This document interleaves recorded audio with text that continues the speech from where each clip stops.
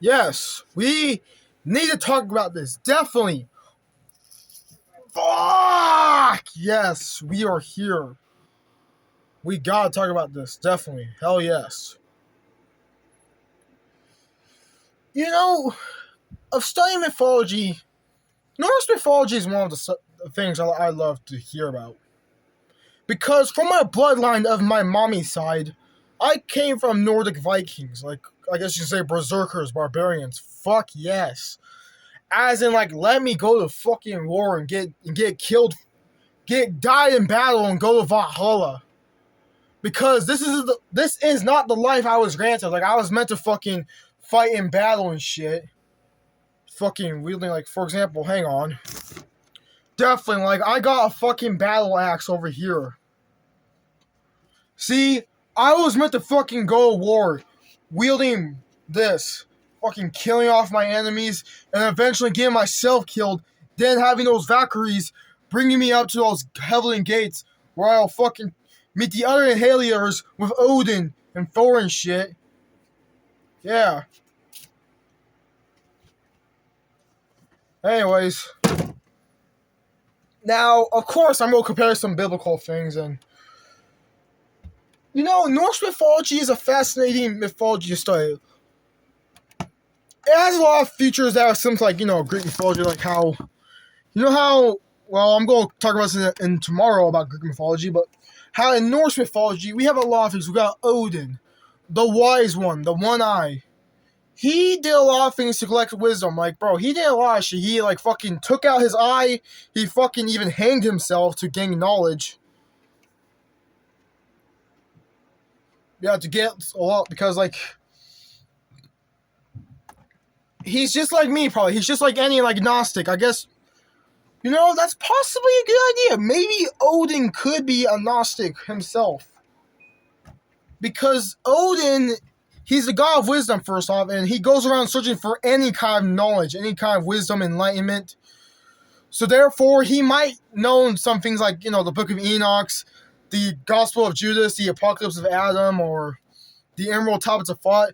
Now, I could be wrong, because some of you probably weren't. You're probably going to say, like, Isaiah, that's completely inaccurate. I'm just saying, like, think about it.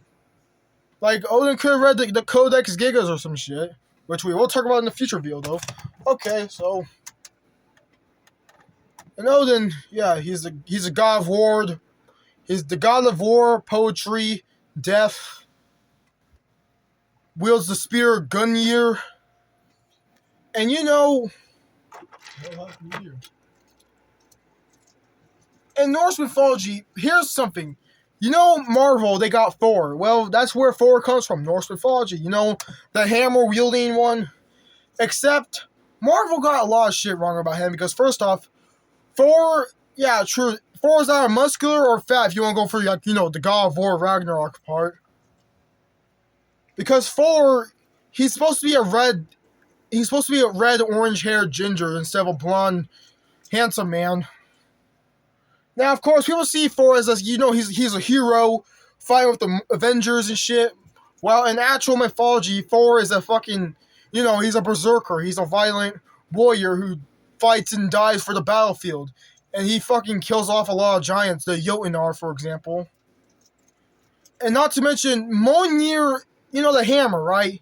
It's supposed to be way more smaller, but still heavy as shit. Like the most heaviest object in the whole entire world. Kind of heavy.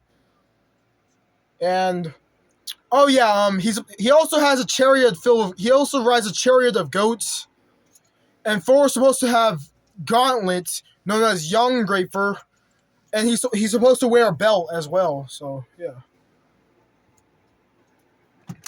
Now, there's a lot on how Norse mythology is famous for, like, the likes of Odin, Thor, and Loki, but there's other Norse deities that people should study about. Like, for example, there's Frigg, Freya, Heimdall, Tyr, Balder. What else? There's Sif. There's a whole lot. Because why Norse mythology is fucking awesome, for example, because all Norse gods are really war deities. That's how I just gotta let it go like that. Because Those are definitely my people. Aesir or Venir, whatever.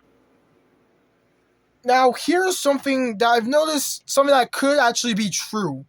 How I mentioned how, how the Christian God's a tyrant and all, the Yaldabaoth, the Demiurge, Yahweh, the Canaanite deity, but there's also another proof that would actually make way more sense how Christianity is like making shit harder for this world. Because, like, what if the Christian God is really the trickster god Loki?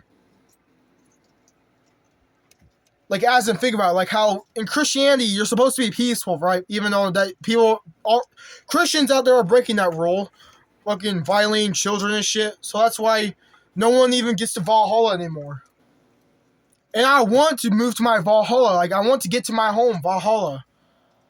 Because I'm wondering, since Valhalla is the afterlife for warriors, it can't just be for Vikings. Like, there has to be, like, warriors, like, warriors from other cultures. Like, having warriors like Achilles, Hercules, Gilgamesh, Samson.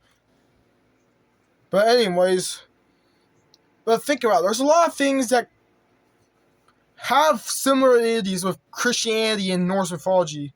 Because here's the thing. There's the proof that Christianity could be post-apocalyptic Norse mythology. How? Because first off, what if the Norse mythology already did happen? Like, for example, Ragnarok happened and the Garden of Eden from Book of Genesis. That was like the end of Norse mythology. Because think about it. How after Ragnarok, there's supposed to be a new beginning, similar to like the creation myth of Christianity, with a new Adam and Eve and stuff. So what if that already happened? And yeah. Now another thing. What else? That's right. Wars. Norse mythology is about wars. Well, here's the thing. Let me point out something. Because there's also giants. Do you know the Jotunar? There's the Vanaheim, Funspelheim, Niflheimer. There's frost giants, fire giants. For example, Satyr. Think about it. Christianity has giants. Nephilim, for example, Goliath. Now, here's something that's similar about Christianity and Norse mythology. Both of them ends out with a war. Both ends with a war because, for example, Christianity ends with, Book of Revelation, Battle of Armageddon, and what else? Oh yeah, Norse mythology ends with a war of Ragnarok. Because how this could be, because like, okay, maybe I'm wrong about how Ragnarok already happened, but here's about something I like to think of. Loki, like, what if the Christian god really is Loki? Like, he's bringing the rise of Ragnarok. For example, there's a lot of signs that Armageddon and Ragnarok are happening in a way, because how Ragnarok starts, the era is supposed to be filled with poison, dead is rising, and Fauntsful winter. And how Loki would lead an army of monsters from forces of Jotunheim and forces of Helheim to fights against the forces of Odin, where Odin will team up with the Vanir gods, Aesir gods, and all of humanity to fight against the armies of Loki, where Loki would also release his son Fenrir, the wolf giant, and Grim, and would release the world serpent Jormungandr. And from Norse mythology, here's something that each mythology has something in common. How, how, if you want to get that specific, like, for example, in Mormon, the Book of Mormon, how they're talking about the Tree of Life. Norse mythology has their own Tree of Life that holds the whole universe, known as Yggdrasil Tree. That holds all of the realms. So, yeah.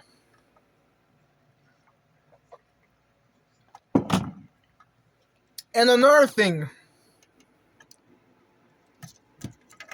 if you want to get that specific, how there's Dante's Inferno, right? 9 levels of hell, the Inferno. Surprisingly, how there's 9 levels of hell? There's 9 realms of Norse mythology. Asgard, Midgard, Jotunheim, Niflheim, Muspelheim, Offelheim, I think. And there's Helheim for 7. Alfheim, Vanaheim.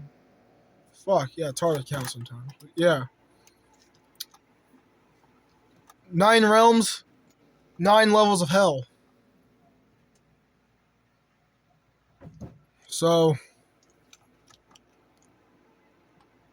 the deity that the Abrahamics are worshiping is both Yahweh, Yaldabaoth, the Demiurge, or possibly could be the trickster god Loki in disguise. Because think about it, like how if how Ragnarok is happening, how Loki is preventing any warriors to go to Valhalla by having people be peaceful. I know peace is good, but like think about it, but like we need some more protection. Like we need like the warriors on our side, like Musashi Mitamoto, Clenchlink, Beowulf. Like we know these warriors like Lu Bu, Guan Yu, Sumo Heiha, Spartacus.